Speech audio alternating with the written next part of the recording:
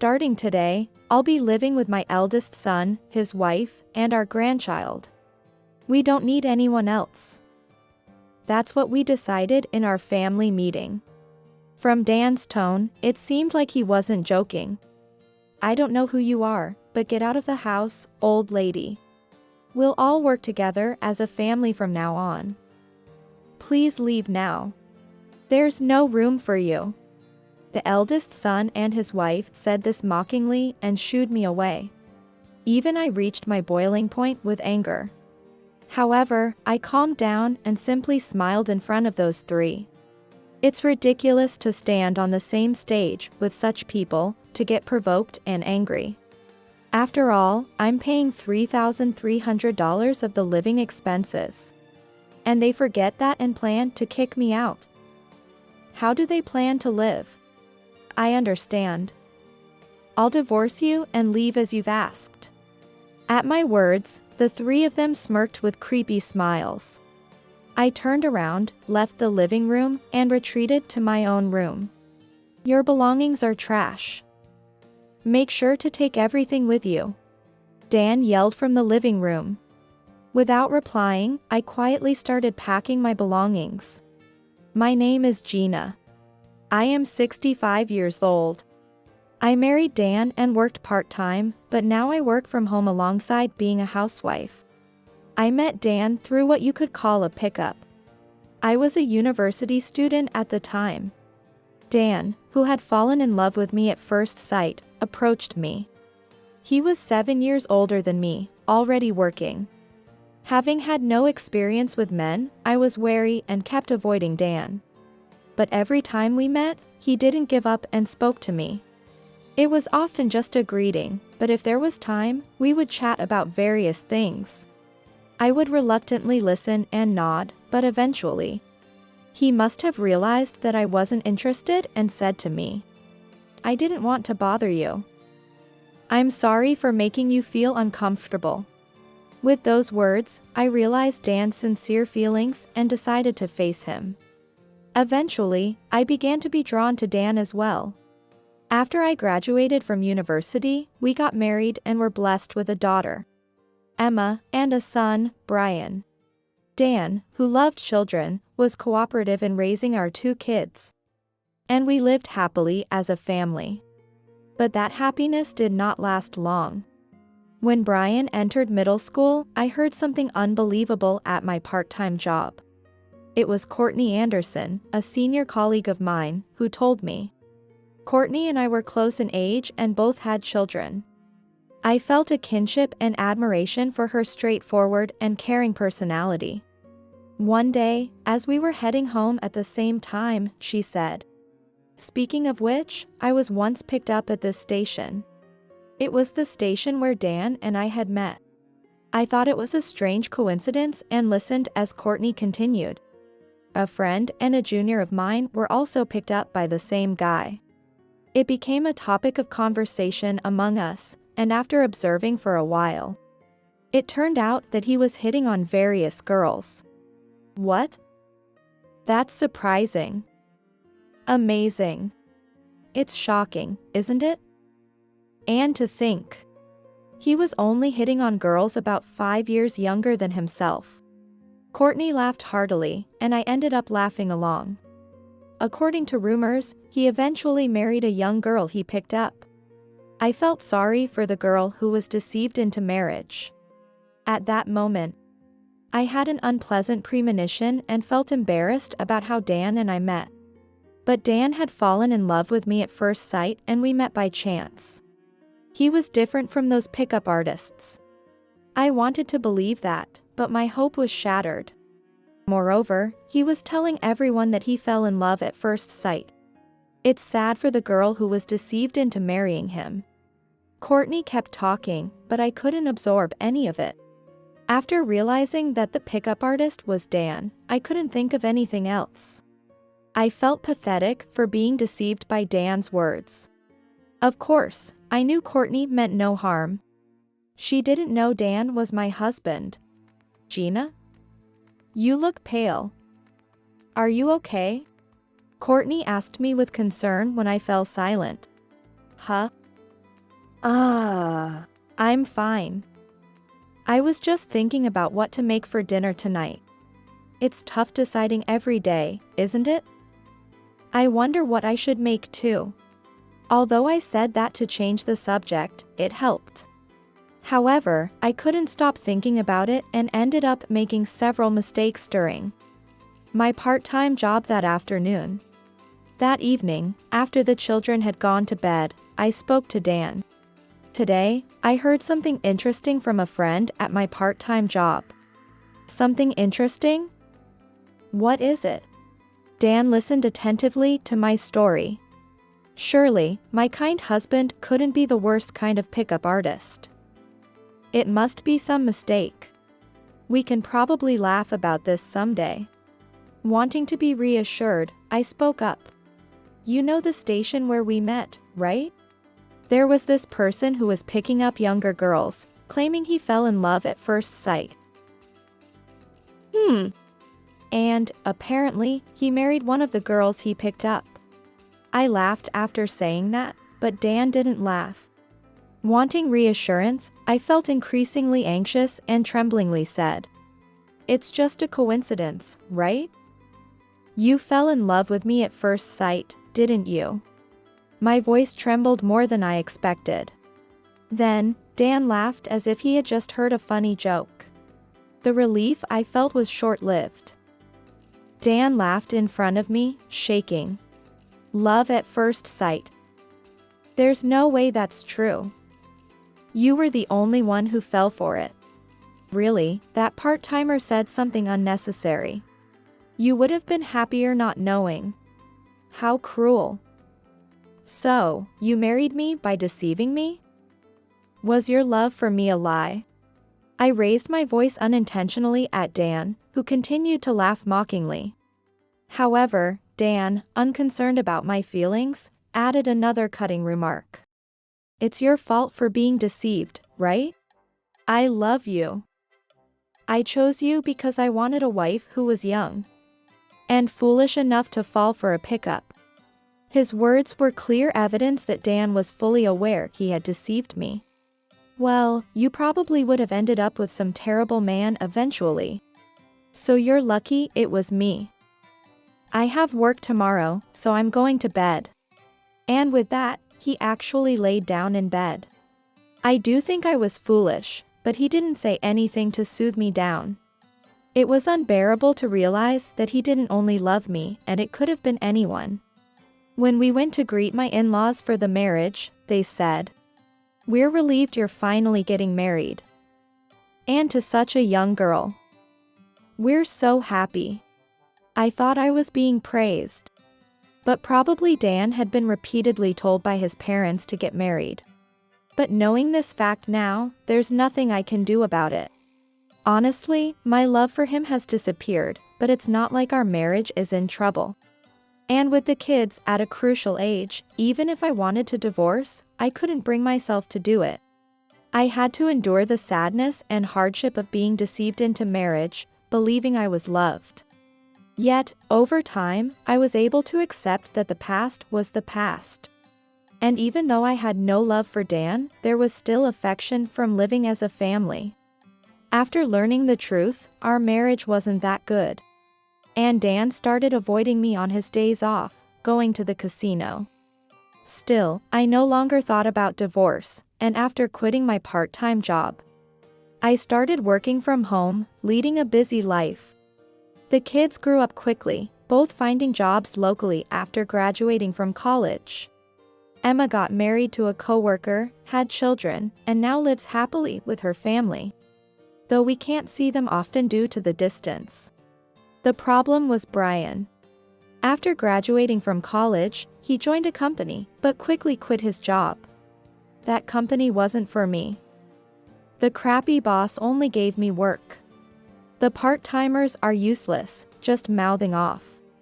Because he always complained, at first, I thought it was just a bad fit with the company or boss.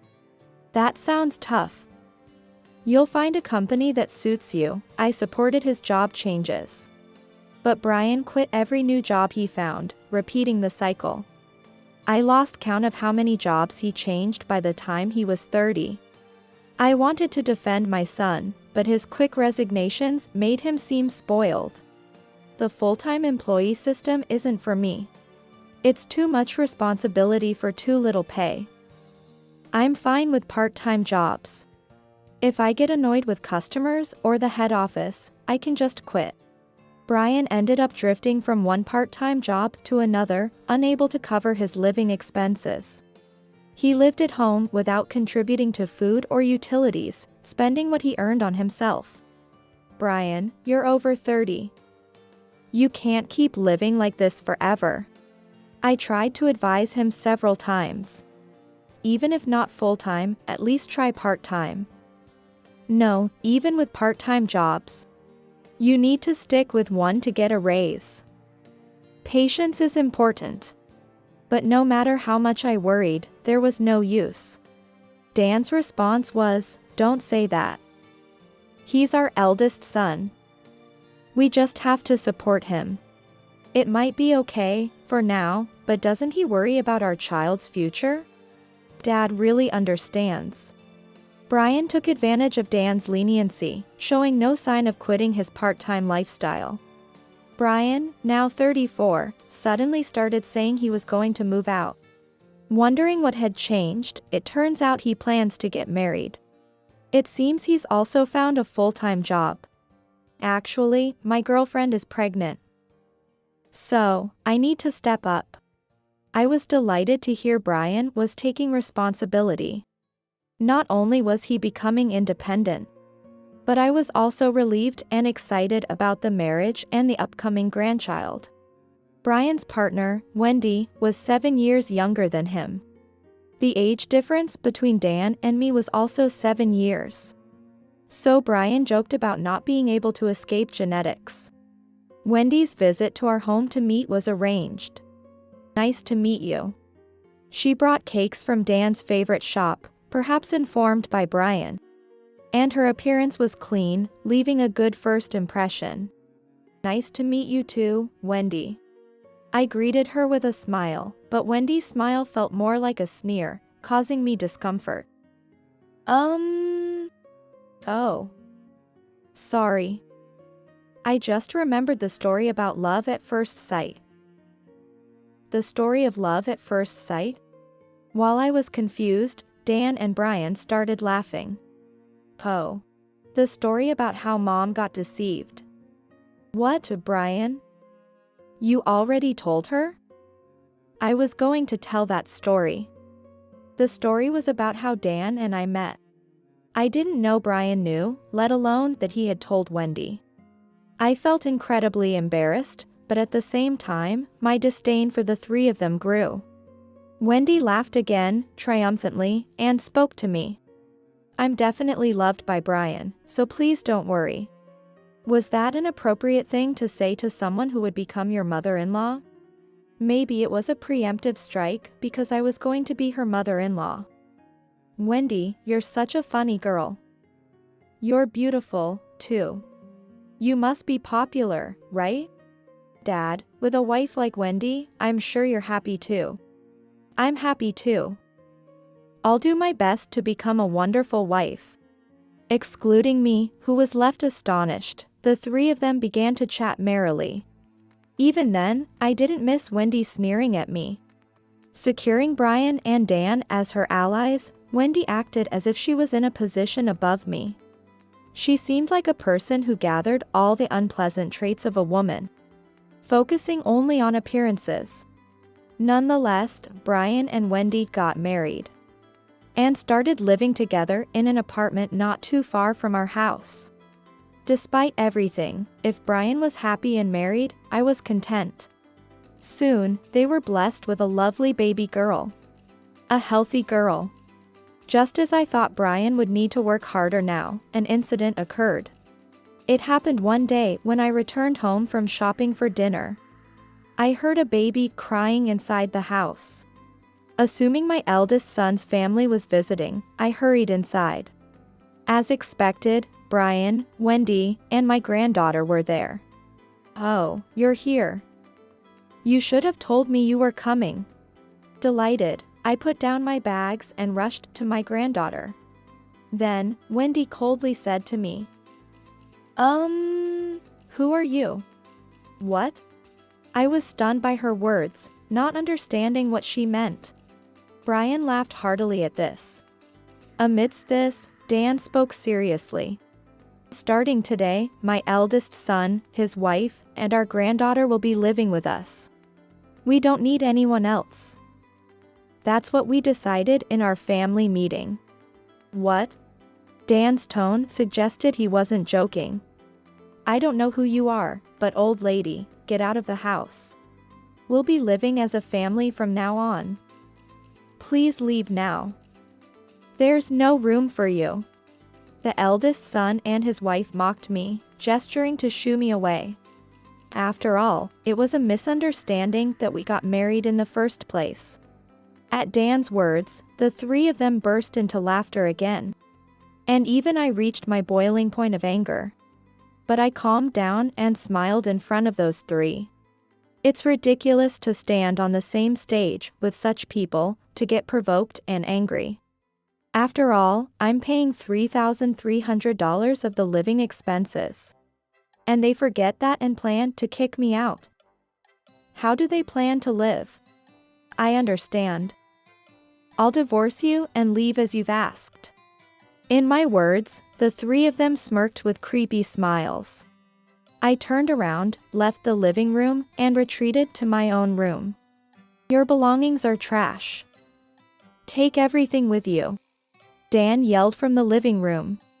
Without replying, I quietly started packing my belongings. The next day, I called the movers.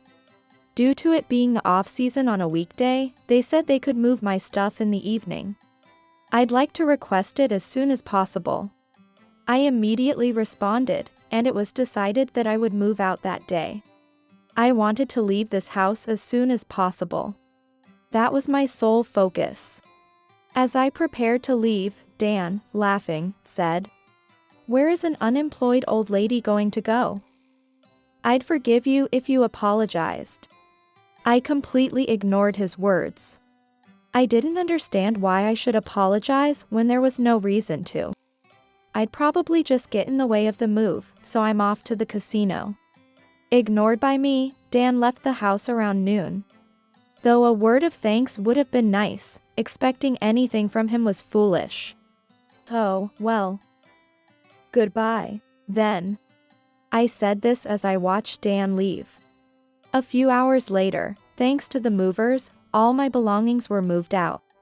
I called the real estate agent to bring the keys immediately. And after moving everything in, the move was complete. While there was still some unpacking left, I was relieved to have successfully moved. All that was left was to fill out and submit the divorce papers.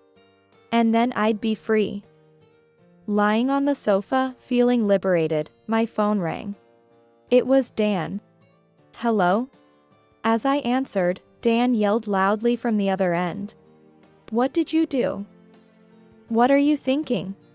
Startled by his sudden loudness, I moved the phone away from my ear. After a moment, I said, "What? Why are you so angry? Don't play dumb. What kind of prank is this? You took all the furniture and appliances. The house is empty." I was puzzled by his words and slowly looked around my new place, which was furnished with items I brought from the house. But there was nothing strange about that. "What's wrong with that? You said not to leave my belongings behind." "What?" "Yes, all the furniture and appliances used in that house were bought with my money. In other words, they were my belongings. You thought they were yours? I bought them with my money, and I chose them." I laughed heartily. Dan, on the other end of the phone, was at a loss for words, gasping. "You probably said a lot of things because you were with Brian and Wendy. You didn't see the reality, did you? Fine, take the furniture." Dan said this in desperation, but I didn't miss his words. "Take them? They were mine to begin with. Don't get ahead of yourself. Dan fell silent again after my scolding. Imagining his expression, I almost laughed. Quiet. Anyway, this cuts our ties. Don't ever contact me again. And with that, he hung up the phone. Ironically, it was Dan who had called me. Yet it seemed he forgot that fact after being outwitted by me. I couldn't stop laughing alone in my new home. I didn't take Dan's desperate, "Don't contact me," seriously. But I needed to get the divorce papers signed, so I had to contact him eventually. Despite how annoying it was. I planned to go back to the house after picking up the papers from the city office the next day. As I left the office feeling gloomy, someone called out to me. "Gina." I knew it was you. Courtney. It was Courtney, whom I had gotten along with during my part-time job days. We had exchanged contacts but only met a few times since I quit. And it had been years since we last met. Yet, it was a happy reunion. We decided to catch up over tea at a nearby cafe. After reminiscing about the old days, Courtney asked, "Were you at the city office for something?" I spilled everything to her, how I married the man she spoke to me about. And how my husband and his family kicked me out of the house. Courtney felt down on my behalf, despite my laughter. "I'm so sorry. I shouldn't have said anything." She looked remorseful, but I was actually grateful. Sure, it was a shock at first, and I was too embarrassed to talk about it back then. But now I'm glad I knew. It saved me from living a life ridiculed. My feelings were genuine. I might have been happier not knowing, but that's only if Dan had been repentant about his past. Considering Dan's character, staying ignorant would have made things worse. Knowing his true nature back then allowed me to take action while I still could. "So, Courtney, did you have some business at the city office too?" Courtney seemed thoughtful before she began to speak. "Actually, it's about my son." "Your son?" "I thought you had a daughter." "After I quit the part-time job, I had another child. I came for free legal consultation about him." She explained that her son was having trouble with his girlfriend. As we shared various stories and parted ways, I returned home to find my son's family moving in.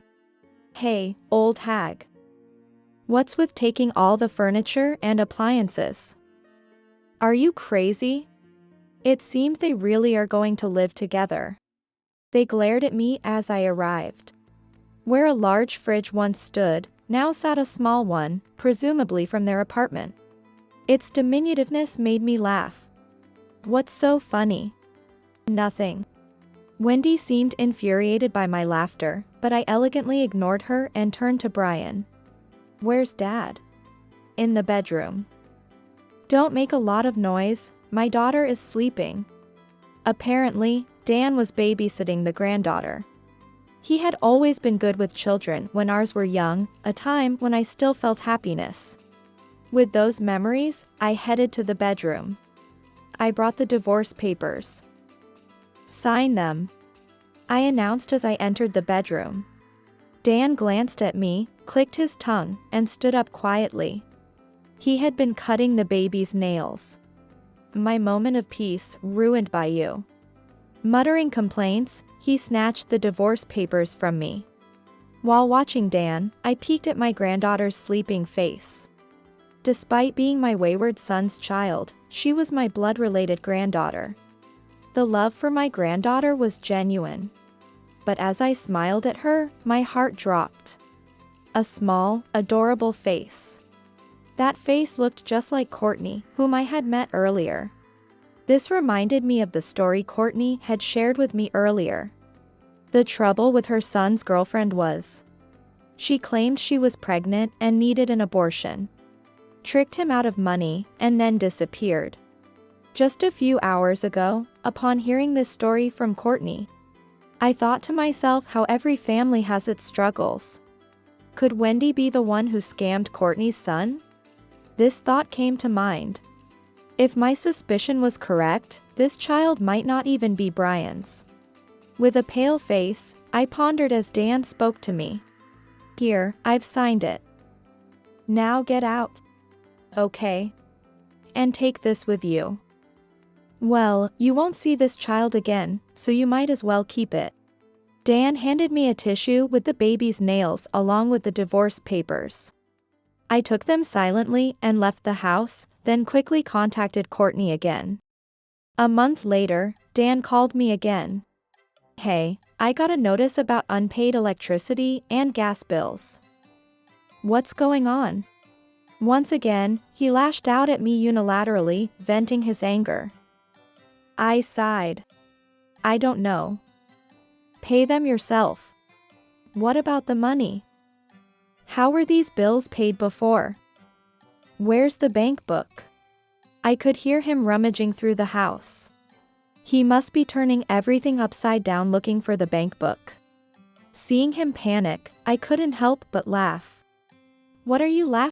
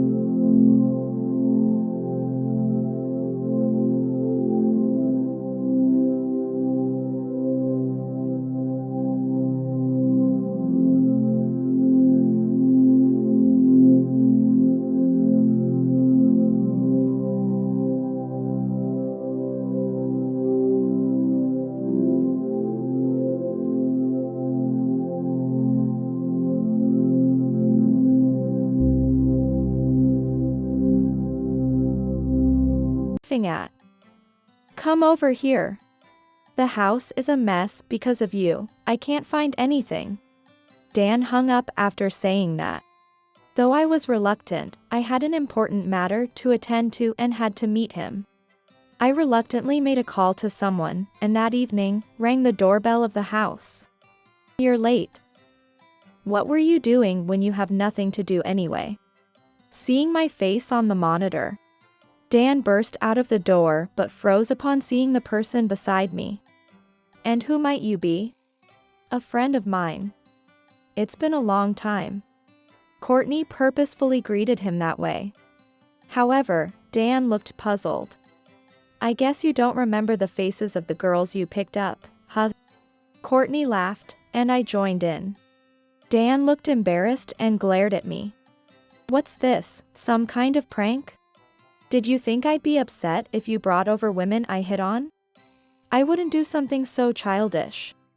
I'm here because I have something to discuss with Wendy. I entered the house with Courtney. As expected, Brian and his wife were lounging in the living room. They seemed quite at ease in my absence, making faces as if they were bothered by my visit. But I certainly didn't want to be there either. So, you're Wendy. Courtney addressed Wendy upon seeing her. Huh?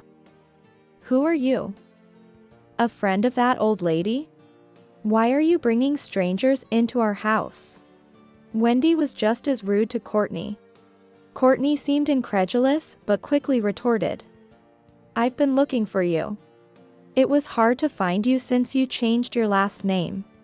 Hey, lady. What do you want with Wendy? Brian stood up, and Courtney handed him an envelope. Brian looked puzzled as he pulled out documents from inside. Tom Anderson? Who's that? What's this?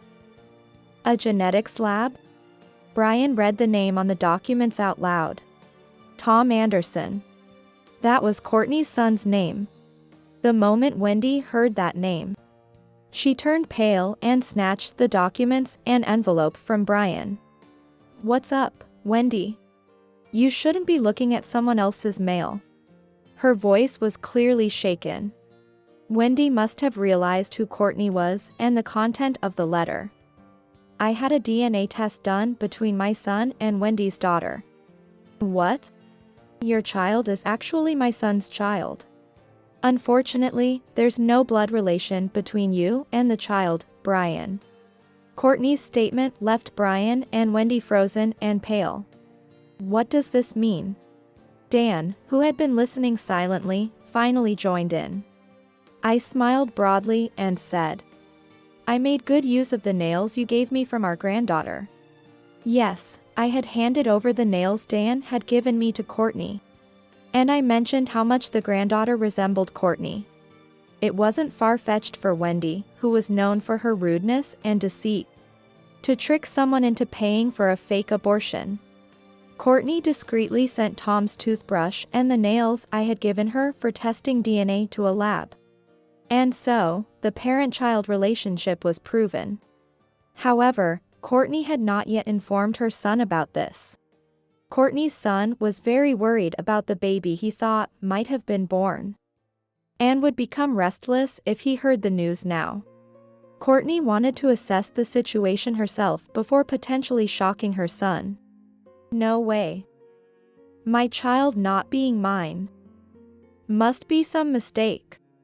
Brian was devastated upon learning the truth. Tricked into marriage, how pitiful. You thought you were loved. Courtney spoke to Brian with sympathy. Those were the same words Wendy had said to me. Deceived into marriage by Dan. The irony that Brian was now receiving the same words made me almost laugh. Not my grandchild after all. Dan, too, seemed to be in shock, murmuring to himself before slumping down. We will take custody of the child. There will likely be a lawsuit. Wait. Anything but that? Well, you're about to be divorced, right? And you don't have a job. How will you raise her? Oh, and you'll need to repay the abortion fee. Wendy clung to Courtney's arm, crying. I'm sorry. Please forgive me. Courtney gently, yet firmly, admonished Wendy. You pushed Gina out and lied your way into this family. Do you think you'll be forgiven? Though Courtney's tone was kind, her words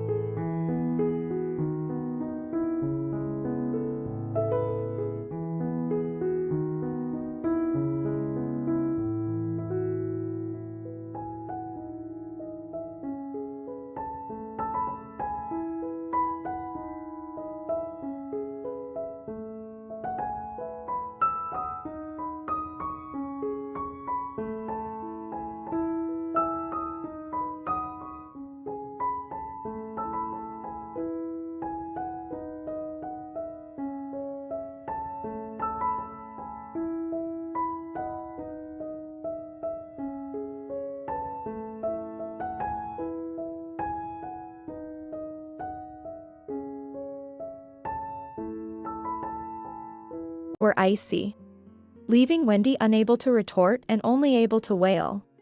So, about the bank book?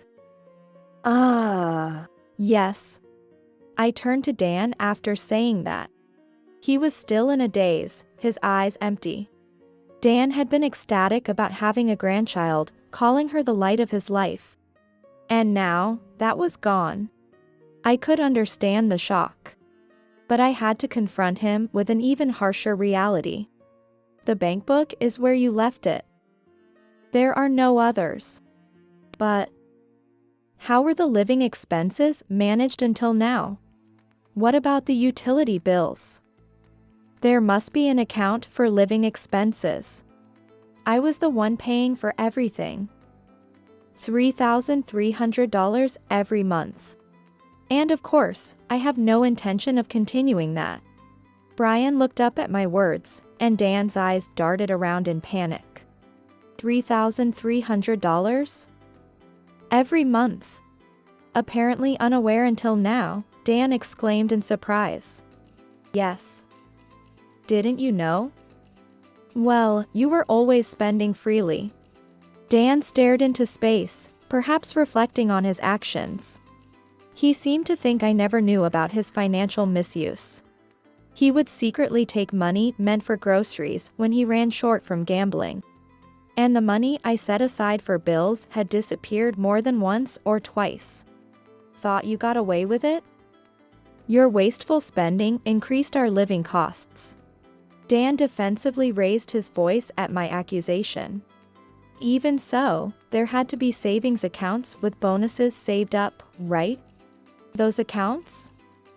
You took them out years ago and spent it all on gambling. Don't you remember? Caught off guard by the truth, Dan looked startled, likely having forgotten. And he might have still thought those funds existed. I sighed in frustration. You never realized how much you relied on me, driving me out without understanding the consequences of your actions. Live with your regrets. Don't lie. Where would a poor person like you get that kind of money? Dan yelled, unable to accept the truth. Arguing seemed pointless. If you can't believe it, then that's fine. I then turned to Brian. And you, Brian. What?